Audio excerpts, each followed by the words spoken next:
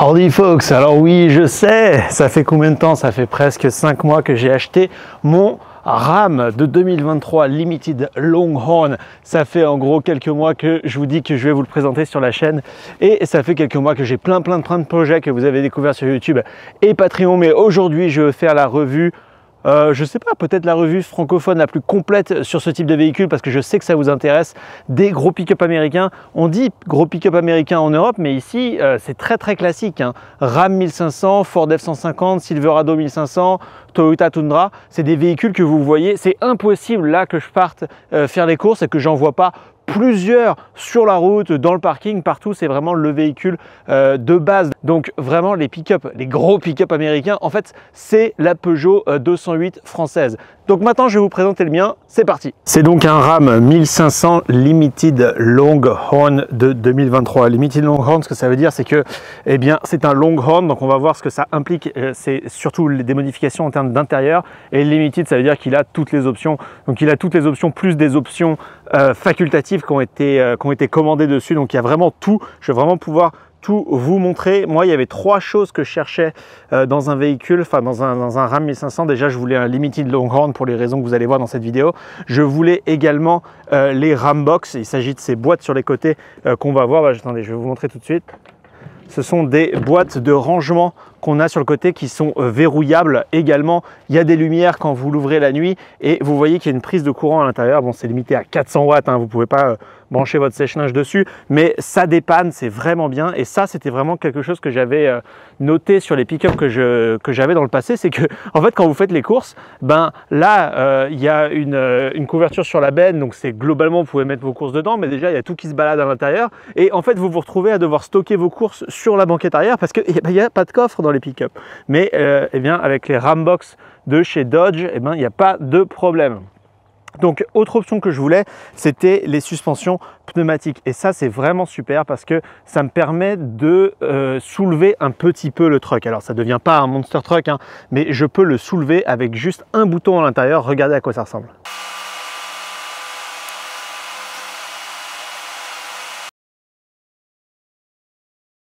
Alors c'est vraiment pas mal. Ensuite, l'ordinateur est assez intelligent pour adapter la hauteur en fonction de la route. Donc si vous êtes sur l'autoroute, il va se mettre dans la configuration la plus basse pour consommer le moins possible. Et ensuite, quand vous en avez besoin, juste en appuyant sur un bouton et 10 secondes plus tard, vous avez... Alors je vous le mets ici, je ne sais plus combien ça surélève la voiture, mais vous gagnez un petit peu plus de hauteur, ce qui est assez sympa. Par exemple, le week-end dernier, je suis allé chasser sur un ranch et c'était cool de me dire que j'avais un petit peu plus de suspension.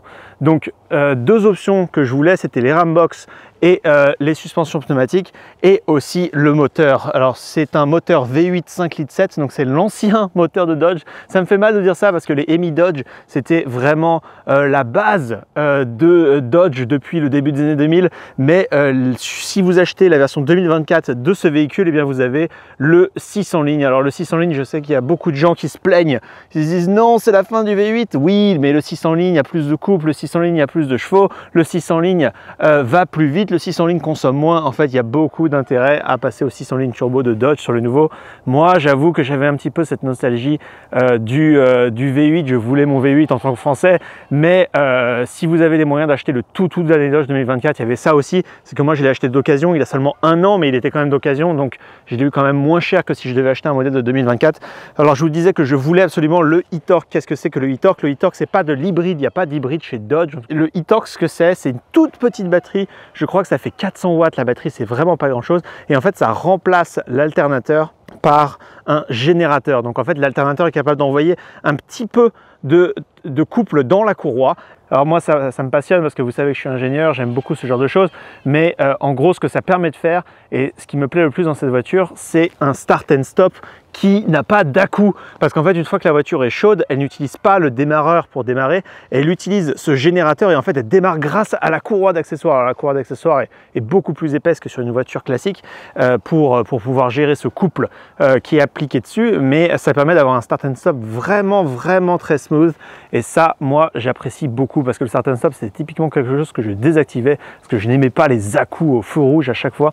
Là, sur ce véhicule, c'est parfait. En plus, quand vous changez les rapports de cette boîte, alors boîte auto 8 rapports, hein, évidemment boîte auto aux États-Unis, mais aussi parce qu'en fait quand vous tractez c'est beaucoup mieux d'avoir des boîtes auto. Et puis bon, hein, les boîtes auto c'est mieux, je sais qu'en France c'est une nostalgie un peu de ces boîtes manuelles là, mais quand vous avez 390 chevaux V8, c'est quand même sympa d'avoir une boîte auto, de pouvoir l'utiliser pleinement sans avoir à brûler des embrayages. Bon, battez-vous dans les commentaires avec ce que je viens de dire. En fait, le e-torque, il va permettre d'appliquer un petit peu de couple au moment où il y a des passages de rapport, un petit peu pour booster le moteur et le monter en régime pour, encore une fois, qu'il y ait moins d'à-coups. Alors déjà, les boîtes auto maintenant sont très très douces, mais ça permet d'avoir encore des passages de rapport qui sont encore plus doux grâce au e-torque. Il y a une dizaine de petits avantages comme ça. Ça permet de faire un tout petit peu de récupération au freinage. C'est un système qui se maintient tout seul. Il n'y a pas besoin de le recharger. Il n'y a pas besoin d'aller sur des chargeurs. Il n'y a pas besoin de connecter la voiture. Ce n'est pas une plug-in hybrid. Ce n'est même pas une hybride tout court. Dodge en interne appelle ça du mild hybrid, donc c'est vraiment du hybride très léger. Je crois qu'ils ont gagné 0,3 litres au 100 en conduite en ville. Il n'y a absolument aucun gain sur l'autoroute. Le but c'est pas de consommer moins, c'est juste d'avoir un confort de conduite en plus, et je voulais ce e-torque pour cette raison-là. Quelque chose que j'aime beaucoup chez les Ram, c'est ces grosses calandres chromées. Ils n'ont vraiment pas honte de montrer leur logo. C'est un petit peu la mode sur les pick-up, d'être un peu moins in your face, comme diraient les Américains, genre en plein dans ta face. Grosse calandre. Alors je sais qu'il y a toujours ces trucs. Alors, en France, vraiment, c'est le concours de la mauvaise foi. Les gens vont dire « Oui, mais en fait, quand tu es dans le poste conducteur, s'il y a un enfant devant, tu le vois pas, et du coup tu le roules dessus. » Alors non les gars, arrêtez, vous avez juste le seum que des gens se payent des véhicules qui ont de la classe. Il y a des capteurs partout sur cette voiture, il y a du freinage automatique, je ne peux pas rouler sur un obstacle à l'intérieur. Alors les gens vont dire « Ah c'est relou, il y a de l'électronique partout ». Oui, mais en l'occurrence c'est super, il y a des caméras 360, il y a des détecteurs, des petits bip bip bip un peu partout qui vont m'empêcher de rouler sur des obstacles. Donc non, ce n'est absolument pas un bon argument de dire que les SUV, les pick-up, tout ça c'est dangereux. En tout cas sur des véhicules modernes, il n'y a absolument aucun risque. Bon, ça c'est pour les points mauvaise foi. Je pense qu'il va y en avoir plusieurs dans la vidéo parce que c'est des trucs que j'entends vraiment régulièrement.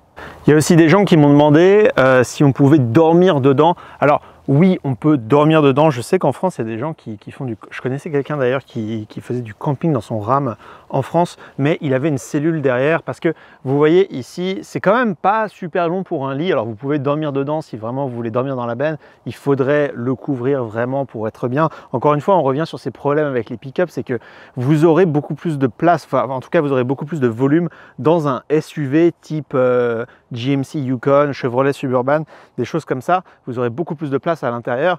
Alors oui, il y a beaucoup de place à l'intérieur, on va y venir. Vous pourrez peut-être dormir ici, je sais pas, mais c'est peut-être pas le véhicule d'Overland le mieux, un pick-up. Hein. Il faudrait peut-être plus un SUV ou une Jeep, vous savez, qui a une tente sur le toit ou quelque chose comme ça. Parce que bon, voilà, du fait que ce soit un pick-up, eh ben, il faut faire des sacrifices, notamment en termes de volume. Bon, avant de passer à l'intérieur, je voudrais vous montrer une fonctionnalité que moi j'adore sur la plupart des véhicules haut de gamme américains, et c'est le démarrage à distance. Donc vous avez votre télécommande ici et vous pouvez démarrer le véhicule, ça va nous permettre d'entendre ce V8 rugir. C'est parti.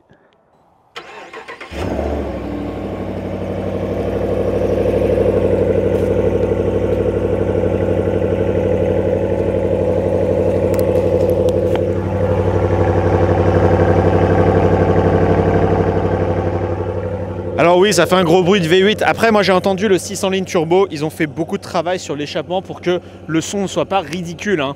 Le 600 lignes est quand même très très bon, mais ce V8 est imbattable.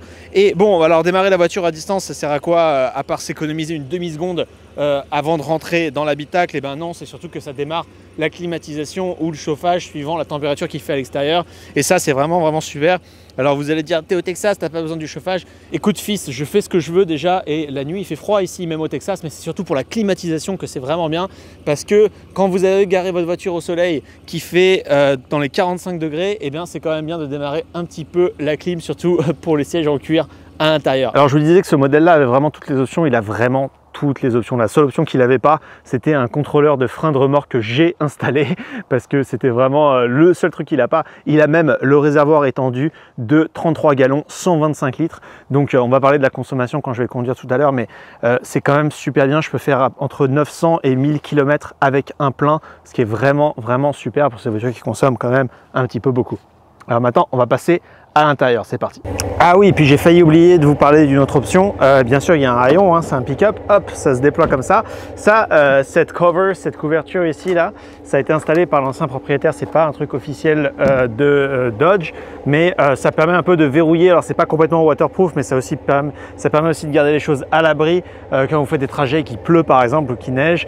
C'est plutôt pas mal. Ça aide un petit peu la consommation avec l'aérodynamisme. Mais bref, le haillon, vous avez un haillon classique, mais vous voyez qu'il y a un problème avec les pick-up, c'est pour atteindre les objets à l'intérieur, et c'est compliqué. Et pas avec cette option chez Dodge, parce que vous pouvez ouvrir votre haillon en deux. Vous voyez à quoi ça ressemble. Et ici, moi, je peux m'avancer jusqu'au pare-choc et atteindre des choses à l'intérieur beaucoup plus facilement. Ça, c'est plutôt pas mal. Vous pouvez aussi ouvrir l'autre partie. Hop, ça, c'est une option sympa. Je cherchais pas absolument un véhicule avec cette option parce que je crois que c'est une option qui coûte 1000 $ à l'achat neuf. Donc, il y a beaucoup de gens qui ne le font pas, qui la prennent pas. Mais je suis content que celle-là l'ait parce que c'est quand même plutôt pratique une fois que vous l'avez. Hop, donc déjà, la petite marche qui se déploie et maintenant vous rentrez dans ce Ram 2023 Limited Longhorn et vous voyez cet intérieur que moi j'adore personnellement, cet écran qui est vraiment très grand et surtout cette finition sur les matériaux. Vraiment partout où vous regardez, il y a cette finition très premium avec ce thème un petit peu western, un petit peu cowboy que moi en tant qu'américanoïde convaincu, j'adore. Donc vraiment c'est cet intérieur qui m'a fait acheter ce véhicule plutôt qu'un Ford F-150, plutôt qu'un Silverado. D'ailleurs moi j'avais un GMC Sierra de 2019. C'est d'ailleurs avec ce véhicule là que j'ai déménagé au Texas, mais je suis très content de ce Ram. Mais en fait c'est vraiment cet intérieur là qui m'a convaincu de l'acheter. Intérieur qui, comme je vous l'ai dit, a toutes les options, mais on va passer en revue un petit peu ce que vous voyez en tant que conducteur. Bien entendu, en tant que véhicule, un gros véhicule américain, vous avez des porte-gobelets partout, absolument partout, mais c'est également beaucoup de rangements que vous avez pour, je sais pas, qu'est-ce qu'on pourrait loger ici à part des flingues. Bon, vous avez plein de place pour vos documents ici, pour encore plus de choses. En plus, moi j'aime beaucoup le toit panoramique, vraiment, qui ouvre énormément la voiture, qui apporte énormément de lumière naturelle. Comme je vous l'ai dit, on a vraiment toutes les options. En plus, je ne l'ai pas précisé, mais je pense que c'est un peu évident. Ce véhicule est 4 roues motrices. Il est une boîte de transfert à 2 vitesses qu'on peut gérer ici. Il n'y a plus de levier de vitesse chez Dodge. D'ailleurs, je crois qu'aucune marque le fait. Ah, si Ford, ils ont un levier de vitesse, mais qui est mécanisé, qui est plus connecté à la boîte. De toute façon, maintenant, tout est électronique à ce niveau-là. Il y a vraiment toutes les options, les mémoires de sièges, les sièges chauffants, les sièges ventilés. Il y a ces grands écrans 12 pouces qui est vraiment bien foutu. Moi, j'aime vraiment pas les contrôles tactiles d'habitude, mais vous avez quand même votre climatisation ici. Ce qui est bien quand vous avez des gants, ces gants marchent plutôt bien avec l'écran tactile, mais c'est bien de pouvoir gérer sa clim ici facilement, de pouvoir avoir un volume, un bouton de volume. Ça, c'est vraiment super parce que c'est relou les voitures, hein. Je pense à Tesla notamment, où il y a des boutons tactiles ou des choses sur les écrans tactiles. Vraiment pas quelque chose que j'apprécie. Et c'était nouveau pour 2023, on a tout un écran ici au lieu des aiguilles analogiques. Moi j'aimais beaucoup les aiguilles analogiques. Cet écran c'est cool, mais parce qu'on peut afficher un peu ce qu'on veut, mais moi je trouve qu'il n'y a pas vraiment d'option. C'est très difficile de trouver quelque chose qui est plus intéressant que juste sa vitesse qui est en fait dupliquée avec l'affichage tête haute. Ah oui, est-ce qu'on va bien le voir ici, mais vous avez cet affichage tête haute qui est une fonctionnalité qui est très difficile à montrer à la caméra, mais qui est vraiment super bien quand vous êtes habitué à ça. Vous conduisez, vous avez votre vitesse devant vous, mais aussi le prochain virage, les infos du GPS, ce genre de choses. Ça, c'est vraiment bien. Donc cet écran est un petit peu... il n'est pas paramétrable au point que ça devient un truc super utile. Bon, voilà.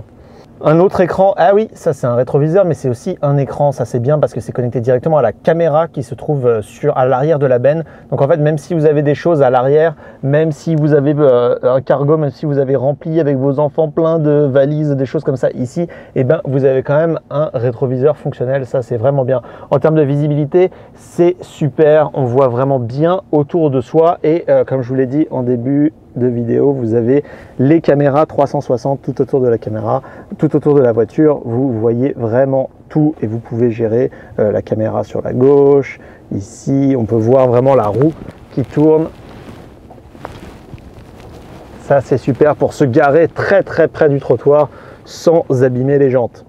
La voiture est globalement super confortable. Il y a des gens qui m'ont posé la question, oui, mais par rapport à une berline haut de gamme, à comment ça compare? Alors, je vais vous le dire déjà, moi j'ai conduit des GMC Yukon, toute option. J'ai conduit une Cadillac à 75 000 $ à peu près là, au début d'année. Je sais à quoi s'attendre en termes de confort sur des véhicules de luxe et cette voiture, il n'y a absolument aucun problème. J'ai fait le trajet pour le Grand Stream jusqu'à Dallas, j'ai passé 6 heures dans la voiture, c'était absolument confortable. Il y avait les sièges ventilés, il y a les sièges en cuir qui sont extrêmement rembourrés, extrêmement confortables. Il n'y a aucun problème à passer du temps dans cette voiture. En fait, le truc qu'il faut garder en tête, c'est que c'est pas un RAM classique ici. On est sur un RAM Limited Longhorn qui a vraiment toutes les options. Il est 2 fois plus cher, on va parler du prix après, mais c'est 2 fois plus cher que le RAM de base. Alors le RAM de base, vous allez avoir à l'intérieur en tissu, il va y avoir des choses qui vont être plus fonctionnelles pour des contractors, pour des gens qui sont entrepreneurs et électriciens, des choses comme ça.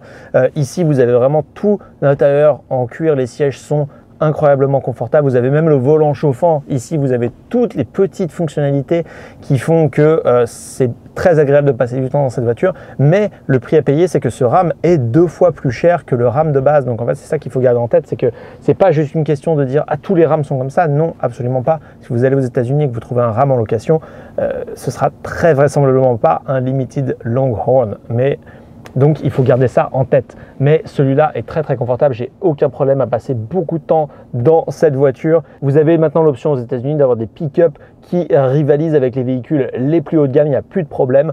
Maintenant, vous pouvez soit avoir un RAM de base, soit avoir un RAM Limited Longhorn. Maintenant, ils ont sorti le RAM Tungsten qui contient encore plus de fonctionnalités. Il y a des sièges massants, des choses comme ça.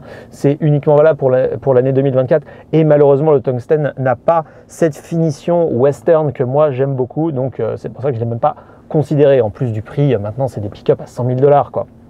En termes de place à l'arrière, là vous avez le siège à l'avant tel que moi je suis assis, je fais 1m77, je ne suis pas non plus très grand, mais regardez toute la place que vous avez à l'intérieur. Les rames sont d'ailleurs les meilleurs de leur segment en termes de place à l'arrière et ça se voit. Vous pouvez faire encore plus de place pour les rangements pour mettre, je sais pas moi, un fusil pour la chasse ici ou de la place pour les chiens. J'ai déjà mis les chiens ici dans la voiture, il n'y avait aucun problème de les avoir les deux, j'ai 2 gros chiens, il n'y avait aucun problème d'avoir les deux ensemble. Ici vous avez également, ça c'est cool sur les rames, des stockages, du stockage ici. J'avais d'ailleurs oublié que j'avais ça ici, mais vous pouvez vraiment stocker des choses, des accessoires, en plus des RAM box. Il y a vraiment beaucoup d'emplacements de stockage. Il y en a un deuxième de l'autre côté là-bas.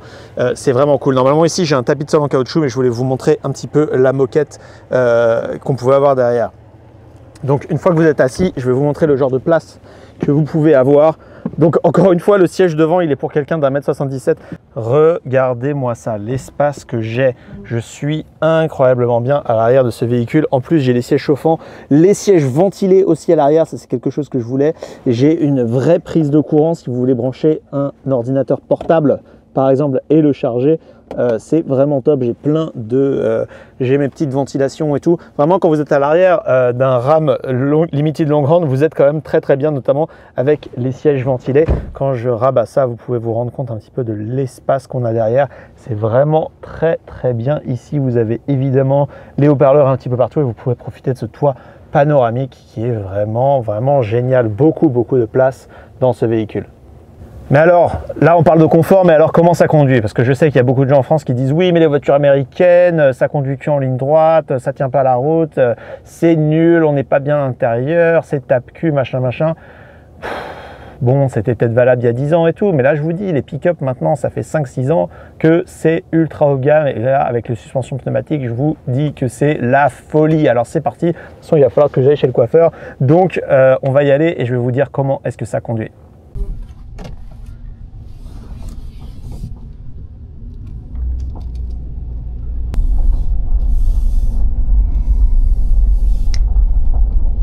Alors, en termes de conduite, comme je vous disais, c'est super confortable.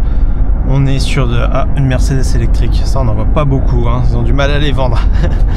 Ouais, je disais, en termes de conduite, on est vraiment sur du super confortable. Ça va être difficile à décrire sans que vous soyez dans la voiture, mais il n'y a pas de mouvement de gauche à droite, de haut en bas. On n'est pas baladé, c'est pas un paquebot. Cette voiture est extrêmement La tenue de route est vraiment très bonne, on n'est pas non plus sur une voiture de course, mais vous voyez là je suis en train de prendre ce virage à peu près 90-95 km/h, il n'y a aucun problème, je ne suis pas baladé dans mon siège, c'est vraiment très confortable, la tenue de route est vraiment très bonne, toute proportion gardée, on est quand même dans un pick-up, hein.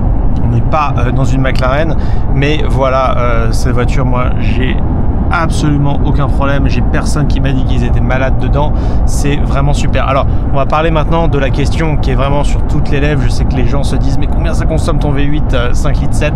Alors c'est un peu le truc qui fâche, il faut se rappeler ici que l'essence est entre 50 et 70 centimes le litre suivant ce que fait le gouvernement fédéral en termes d'interventionnisme à la pompe.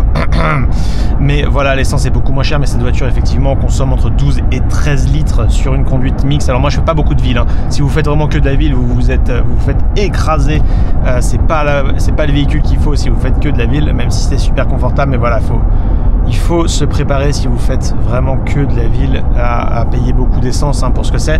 Mais moi je consomme entre 12 et 13 litres au 100. Si vous faites vraiment que de la nationale, un peu comme ça, où vous roulez entre 90 et 100 km/h et que vous faites pas beaucoup de stop, vous allez descendre autour de 10 litres. Mais voilà, c'est pas les véhicules les plus économes, évidemment. Toute proportion gardée, évidemment, vous avez quand même un véhicule qui peut transporter 5 personnes en confort absolu. Vous avez un V8 qui a du répondant, on va tester ça tout à l'heure. Vous pouvez tracter 3 tonnes et demie sans problème. Donc c'est quand même un véhicule utilitaire, en plus ultra confortable. Donc voilà. Le moteur V8, est-ce que ça pousse? Alors oui, ça pousse, hein. J'ai regardé avant de commencer cette vidéo, ça fait, moi je ne l'ai pas testé personnellement, mais ça fait du 0 à 100 6 secondes 5 pour ce type de véhicule. C'est quand même excellent. Après, il faut garder ça en tête. C'est quoi cette espèce de BMW? Il a mis des badges Motorsport, il a mis des badges X. Oh, qu'est-ce qui se passe? Hop. Ça c'est du gros pick-up, ça c'est du pick-up heavy duty F350, ça, regardez ce qu'il tracte. Évidemment, je peux pas tracter ce genre de remorque non plus, mais je peux tracter ma petite remorque bleue, mais même beaucoup plus lourd que ça. Et ça, c'est vraiment pas mal d'avoir un véhicule utilitaire qui peut faire tout. Moi, c'est un peu comme ça que je justifie le truc, c'est que oui, je pourrais acheter un véhicule plus raisonnable pour beaucoup moins cher, mais le truc, c'est que j'ai quand même besoin de déplacer mes remorques. J'ai des projets qui vont se concrétiser l'année prochaine, je vais avoir besoin un peu plus d'un pick-up. Je suis parti chasser le week-end dernier, c'était cool de pouvoir mettre la biche dans la benne. Et bien tout ça, je peux pas l'avoir si j'ai pas de pick-up. Donc en fait il me faut un pick-up, il me faut, s'il me fallait en plus un véhicule de tous les jours entre guillemets, bah, je me retrouve à acheter 2 voitures, à maintenir 2 voitures, à devoir les emmener au garage, à devoir faire les immatriculations, tout ça. Je préfère avoir un véhicule qui fait tout, quitte à ce que ça consomme un petit peu plus au quotidien. Alors le V8, bah justement on va aller doubler un petit peu ces deux. Allez barre-toi, t'es trop lent. La plaie américaine, le mec qui roule en dessous de la limite de vitesse et qui ne veut pas doubler. Mais voilà, dès que je mets mon pied sur l'accélérateur, je peux doubler tous ces idiots absolument sans problème. Alors oui, ça sert pas à faire la course, hein. Comme je vous disais, c'est pas une McLaren, mais l'intérêt d'avoir autant de puissance, l'intérêt d'avoir autant de couple, c'est aussi quand vous tractez de pouvoir vous insérer sur l'autoroute, sur la rampe, sans avoir à ralentir tout le monde. Et ça, c'est vraiment bien. Après, c'est quand même bien d'avoir le V8 5 litres 7, on va dire à vide, pour pouvoir comme ça tracer des gens au feu rouge. Après, comme je vous l'ai dit, tout le monde aux États-Unis a des véhicules comme ça, soit avec des V8, soit avec des V6 turbo, des choses comme ça. Tout le monde fait un 0 à 100 en 6 secondes avec son pick-up. Donc imaginez pas faire la course au feu rouge tout le temps, parce que c'est quand même un peu le véhicule de base, encore une fois. Parce que oui, je vous ai parlé du RAM plus petit. Le RAM le moins cher a un V6 3 litres 6. Bon, il va moins vite, il tracte moins lourd. Mais vous pouvez avoir un RAM V8 neuf en dessous de 50 000 $. Vous pouvez acheter un RAM V8 d'occasion qui a entre 5-6 ans autour de 20 000, 25 000. Donc, c'est pas des véhicules, ce ne sont pas des motorisations qui sont très rares, hein, non plus. Mais donc, c'est bien d'avoir ce genre de puissance. Moi, j'aime bien. Et puis, le bruit du V8, imaginez que Ford sur ses EcoBoost doit rajouter des bruits d'échappement, des bruits de moteur dans les haut-parleurs pour vous donner l'impression d'avoir un véhicule digne de ce nom. Ici, il y a du vrai V8 atmosphérique Dodge et ça qui fait plaisir. Regardez là, je vais devoir choper mon feu vert. Je sais qu'il y a du répondant sous la pédale. Je sais que les freins vont suivre. Évidemment, on espère. Voilà. En plus, si vous êtes fan de voitures électriques, vous avez le e-torque. Je ne sais pas si ça s'entend très bien au micro, mais il y a le petit e-torque qui fait la génération au freinage au moment où ça freine. D'ailleurs, un des bénéfices du e-torque, c'est aussi ça. Quand vous êtes haut dans les tours et que vous freinez, il va appliquer un petit peu de frein sur la courroie pour encore une fois freiner le moteur, pour le baisser au moment du passage de rapport, pour baisser le régime au moment du passage de rapport, encore une fois, pour avoir des à-coups moins importants. Et ça, c'est vraiment un des bénéfices du e-torque. Autrement, je sais que beaucoup de gens ont des questions sur la fiabilité. Alors, il faut vous dire que ça, c'est un véhicule de 2023, il est encore complètement sous garantie, donc j'ai pas de problème de fiabilité, j'ai pas d'inquiétude sur la fiabilité. Aussi, moi, je sais pas combien de temps je vais le garder ce véhicule, mais vraisemblablement, je vais pas le garder jusqu'à 300 000 km. Hein. Donc, la fiabilité, c'est pas quelque chose qui rentre en compte vraiment pour moi. Je sais qu'il y a des gens qui vont acheter Toyota exclusivement parce qu'ils ont l'impression que c'est plus fiable. Et dans une certaine mesure, c'est vrai, mais en fait, il faut garder en compte que là, Toyota, ils ont des problèmes de moteur sur leur Outlander Tundra, par exemple. Là, ce moteur 5,7 litres atmosphérique, il est dans sa configuration actuelle, en tout cas, le bloc est le même depuis 15 ans chez Dodge, donc c'est quelque chose qui est extrêmement fiable. Il y a des pièces absolument partout. Tout le monde sait que le 5,7 litres est super fiable. En plus, vous n'avez pas de question de turbo, encore moins de question de diesel sur ces moteurs-là. C'est vraiment des moteurs qui sont très très simples. Alors peut-être pas aussi simple qu'il y a le 5,3 litres push-rod de chez General Motors. C'est sûr, vous pouvez toujours un petit peu argumenter sur lequel est le plus fiable.